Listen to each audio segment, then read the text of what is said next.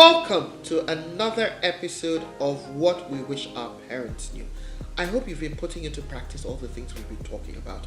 We've talked about showing love, we've talked about talking to your children about money, we've talked about talking to them about sex. I hope you have bought the book. But we have a new issue today. Francisca, what is our issue for the day? This child is 13 and has a problem associating with people. In her words, they always call me shy and it gets me upset. Now my parents don't know yet because they won't understand. You know, this issue of socialization, especially in this digital era, is something that we need to address very seriously.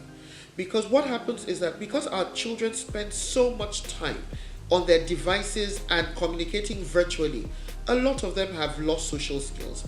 Having said that though, if a child is shy, shyness no be disease now.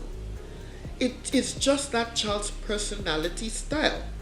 Now, I can understand when parents feel that their child should be a lot more outgoing, a lot more pushful. We need to be able to make the distinction between shyness and being timid because there is a difference. When you're shy, you're probably just withdrawn. You don't necessarily warm up to people easily. Timidity can be that you're afraid of what the reaction will be, and then we begin to deal with issues of low self-esteem. So you're not very confident about demanding things that are yours or should be yours. You're a bit more withdrawn. So it's important that we make that distinction. If really and truly the problem with this girl is shyness, you just want to observe her. That's her style. There must be a time when she comes out of that shyness. You want to be sure that there are no emotional or mental health issues playing in the background. If there are none, then just leave the child alone. What does he or she enjoy doing? Some enjoy being in their room, reading books, watching movies, as long as it is not excessive. Yes, try and call them out once in a while to interact with people. Make sure that they're present at family gatherings. Maybe you're having lunch, you're having dinner, whatever it is. Make sure that they're present. But don't hound a child because of his or her personality style. For some children, they're a lot more boisterous. In fact, almost to a point of being forward. And that can also be an issue. I mean, which would we rather? A child that they're always saying this your child is too forward, or one that is saying this your child is quiet? And to be honest, it can actually be quite irritating when somebody is on your case and constantly going on and on what is wrong with you. And I guess that's why this child is upset. We want to address it. If she says she's fine, just trust that she's fine. Don't push it. If you feel that she needs to develop better social skills and be more confident, more assertive, then work on that. And how do you work on that? Affirmation is very important. Affirm the child. Let the child know that he or she is special, he or she has strengths and he or she has weaknesses like any human being. They shouldn't dwell on the weaknesses. They should work on working on those weaknesses and humping up their strengths. Helping her to recognize her strengths rather than hammering on the fact that she's shy, which is now beginning to look like a weakness. It's not a weakness. It's just who she is.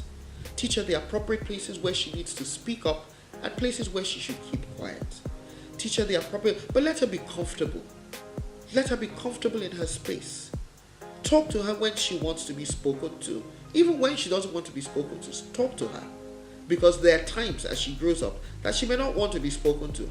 People will talk to her. She needs to learn how to react properly. This one that she says she's upset, she can't afford to be getting upset. Let's assume, fast forward to 7-8 years, she's working somewhere, interning somewhere or something, and then she now says because she's shy, she's not relating with people. It won't fly. So you need to let her know that even though I understand that this is your personality, you need to understand that in different scenarios and in different circumstances, you have to learn how to adapt. At the end of the day, we're talking about relationship management skills. Yes, deal with the issue of her saying that she gets upset. She can't afford to. People will react anyhow. You can't afford to get upset. Because when people are confused as to how you're relating to them, naturally there would be a reaction. But as parents, understand that it is your duty to help bring out the best in her. She can still be shy and a super achiever. She can still be shy and achieve all her goals and get to where she wants to get to. So the issue is not the shyness. The issue is knowing how to relate with people, offline and online. Knowing how to relate with people in different scenarios, and also learning how to understand that sometimes your space will be infringed on. You know what? It may be difficult for people to believe, but I'm actually quite reserved. Oh yeah, I know some people sometimes say you like talking, which again may seem like a paradox, because when I was in primary school, I remember my report cards always used to come back with, she talks too much in class. Who knows? Maybe I was just being prepared for this thing that I'm doing. Until we come your way next time with another episode, please keep reinforcing values as you parent in this digital age.